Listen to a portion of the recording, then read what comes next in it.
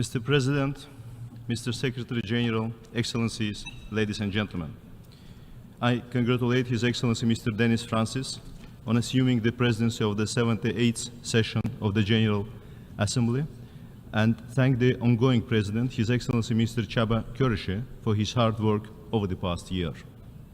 Ladies and gentlemen, the world continues to face a multitude of challenges that transcend boundaries. From exacerbating climate change trends to rooted poverty, rising tensions, and ravaging pandemics, these challenges plague us all, regardless of our background or location, and require bold and concerted actions. The current state of international politics is becoming increasingly fragmented, leading to division and erosion of multilateralism.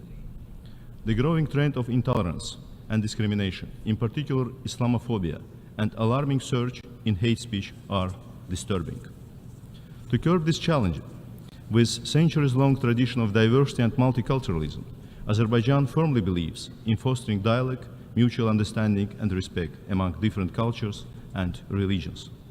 The government of Azerbaijan has consistently promoted intercultural and interfaith dialogue through significant global initiatives such as the Baku process and Peace for Culture. Amidst the growing challenges, it is paramount that the United Nations continue to galvanize international solidarity and cooperation. The UN has a mandate to ensure that every nation has an equal voice and is treated on the same footing. The UN Charter principles and purposes are binding worldwide and must be applied consistently, not selectively. Azerbaijan advocates for a reinvigorated and reformed multilateral system with the UN as at its core, underpinned by strict adherence to and non-selective application of the norms and principles of international law. We look forward to the summit of the future as an opportunity to reinvigorate global action and reflect on collective commitment to the UN Charter and multilateralism. Excellencies, in its national capacity and as the chair of the non-aligned movement, Azerbaijan continues contributing to peace, security, and global sustainable development agenda, and spares no effort to promote international solidarity and multilateralism. Since the outbreak of the COVID-19 pandemic, Azerbaijan has been at the forefront, putting forward several global initiatives to fight this challenge. The lingering effects of the pandemic create a pressing need to redouble our efforts for global cooperation and solidarity, anchored in high-level political engagement and collaboration involving all vital stakeholders. International cooperation and political engagement require involvement of different stakeholders, including women and youth. Azerbaijan made this a key focus point of its NAM chairmanship through the foundation of the NAM Youth Organization with a permanent secretariat in Baku under the Shusha Accord and initiation of the establishment of the NAM Women Platform. Azerbaijan also spearheaded the foundation of the NAM Parliamentary Network. We must strengthen joint effort in tackling the pandemic's consequences and consolidate efforts for global recovery from COVID-19. In light of this, the President of Azerbaijan initiated establishing a UN high-level panel on post-pandemic global recovery. In March 2023, we hosted the NAM Contact Group Summit in response to COVID-19, where the President of Azerbaijan, in his capacity as the NAM chair, declared two global calls to support the post-pandemic recovery of Africa and small island developing states. Azerbaijan announced allocation to each of these calls as the first donor. Since 2020, Azerbaijan provided humanitarian, economic, and technical assistance worth of $300 million to over 130 nations. Ladies and gentlemen, as we approach the midterm of the 2030 Agenda for Sustainable Development, many parts of the world struggle to achieve our shared vision of future.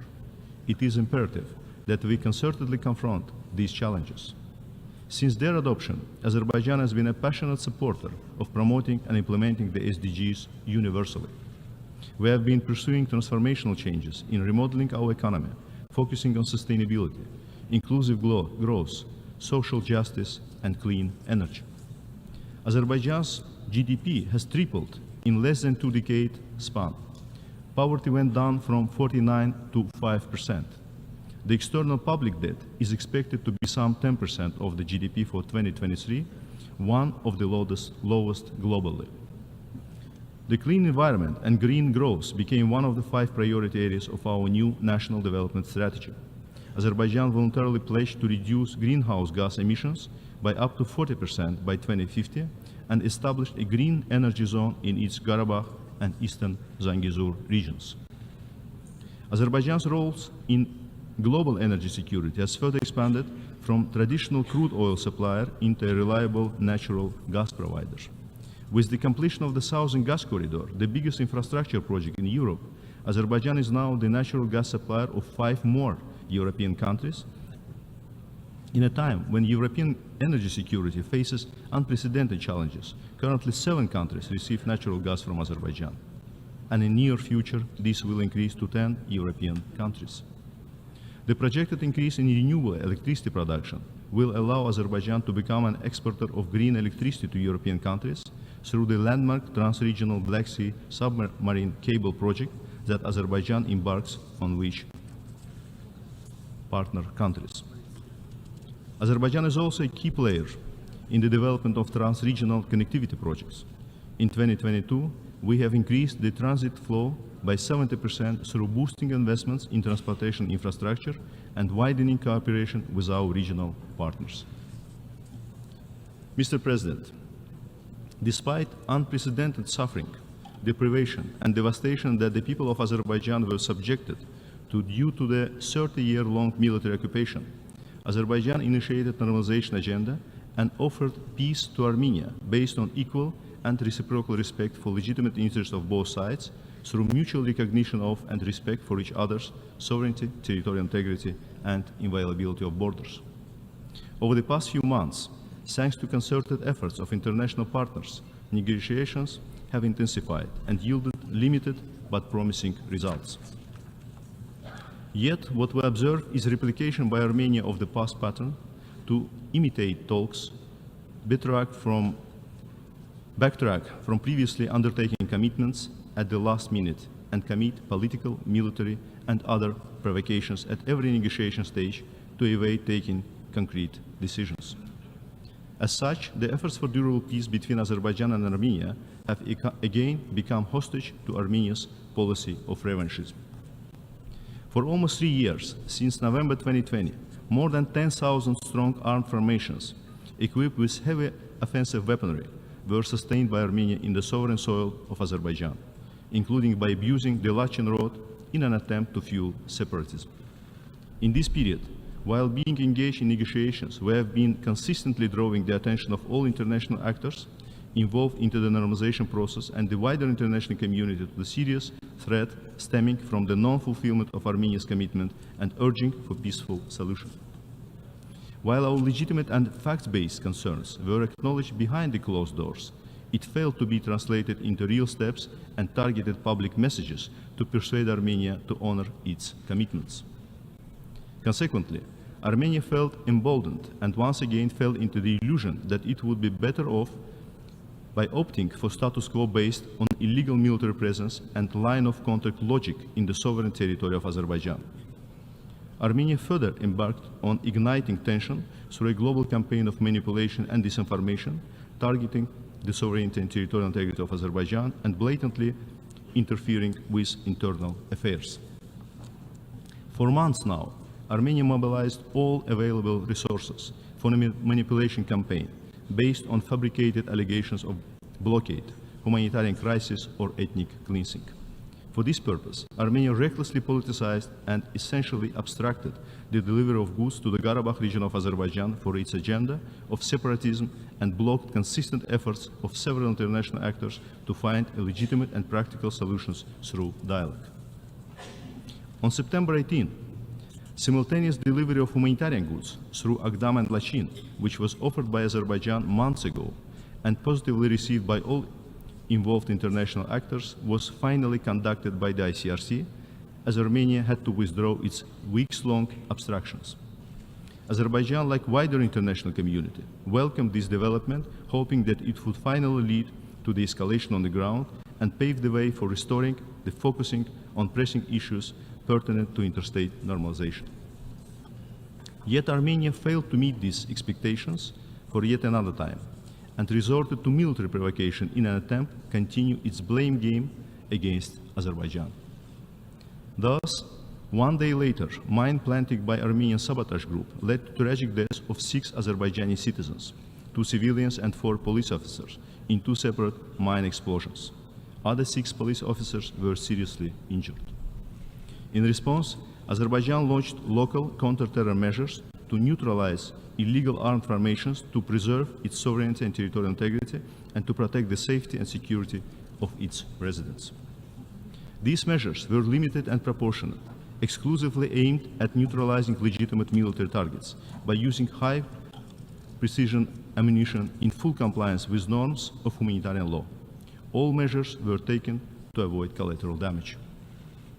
In less than 24 hours, the horrific scale of illegal militarization of territories of Azerbaijan became clear, with neutralization of more than 90 military outposts, 20 combat vehicles, 40 artillery pieces, 30 mortars, 6 electromagnetic warfare systems, and 2 anti-aircraft missile systems.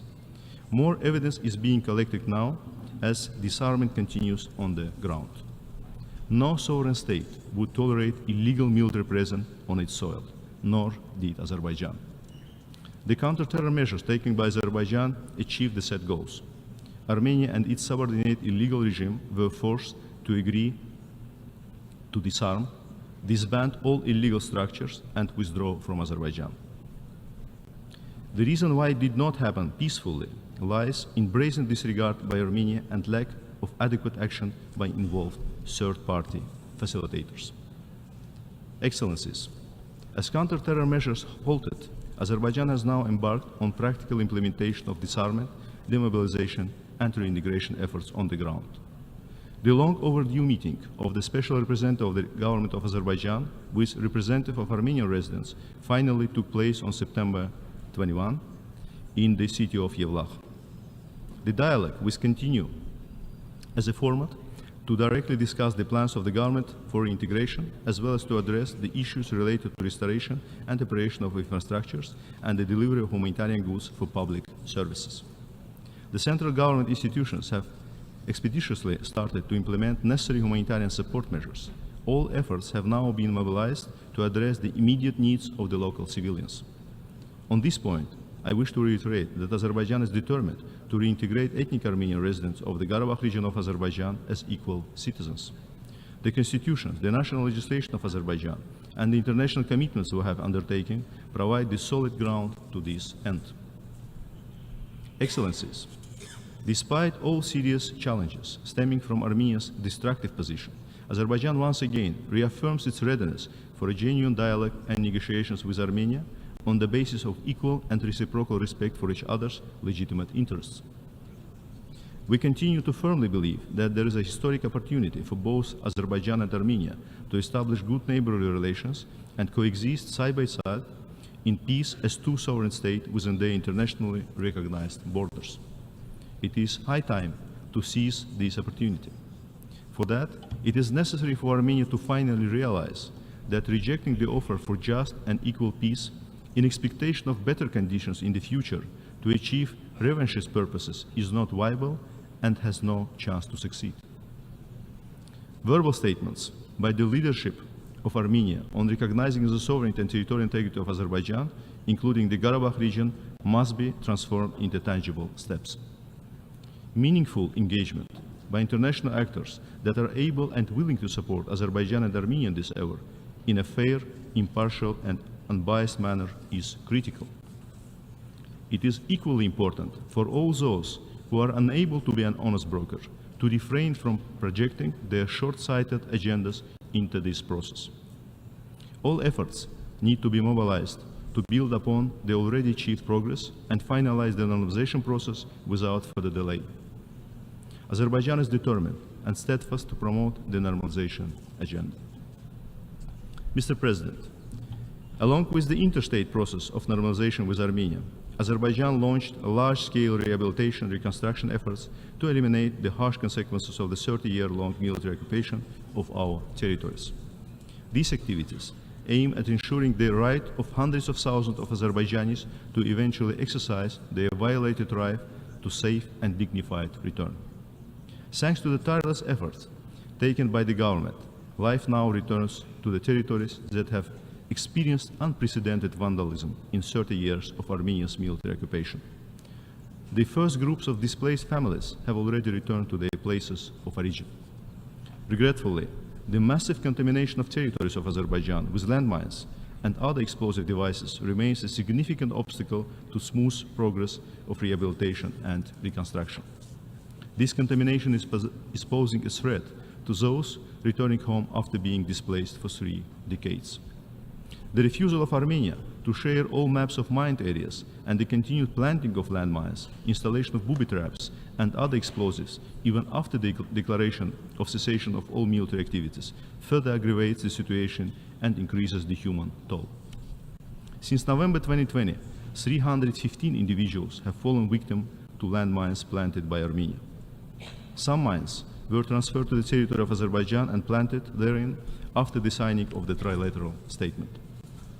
Given the ongoing landmine problem in Azerbaijan and the challenges national agencies face in addressing it, there is an urgent need for increased international support to strengthen Azerbaijan's humanitarian mine action capacity.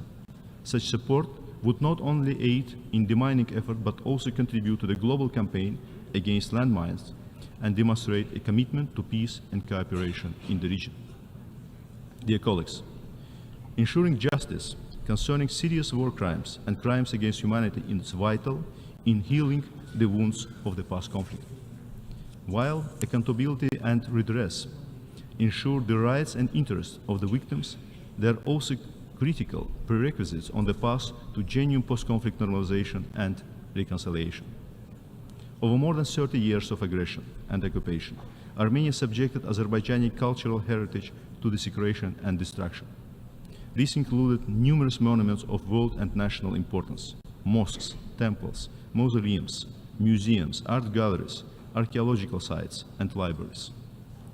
The fate of almost 4,000 citizens of Azerbaijan, including 719 civilians who went missing during the conflict. Although several mass graves were discovered in the liberated territories, shedding light on the willful killing of Azerbaijani civilians and other persons protected under international humanitarian law, Armenia refuses to clarify the whereabouts of missing persons. Resolving this issue is essential not only in terms of accountability and the rights of the victims and their families, but also for post-conflict reconciliation and normalization. From 1987 to 1991, Armenia forcefully expelled some 300,000 Azerbaijanis from their ancestral homeland in blatant violation of international law. All Azerbaijani settlements and toponyms in Armenia were renamed, and our historical and cultural heritage deliberately was vandalized and destroyed. Despite repeated calls by the Western Azerbaijani community to launch a dialogue and ensure a safe and dignified return to the homeland, the government of Armenia denies them exercising the fundamental right of return enshrined in the Universal Declaration of Human Rights, the International Covenant on Civil and Political Rights, the Convention relating to the status of refugees, and other important international acts. While remaining committed to its international obligations and open to constructive dialogue, Azerbaijan will not tolerate violations of international law and will continue taking appropriate steps at international level. In particular, Azerbaijan's initiation of judicial proceedings to hold Armenia accountable for grave violations of international human rights law and to bring to justice those responsible for crimes is a significant step toward achieving accountability. Azerbaijan is fully committed to the objective of a peaceful, secure, stable, and prosperous South Caucasus. We will continue the efforts towards advancing post-conflict peace-building, reintegration, and peaceful coexistence, while, as a responsible actor, sparing no effort in all relevant domains, be it post-COVID recovery, global development agenda, or energy security. The challenges we face today require a renewed commitment to international cooperation and solidarity. It is only through joint efforts that we can overcome present and future complex challenges to build a brighter future for ourselves and coming generations. I thank you, Mr. President.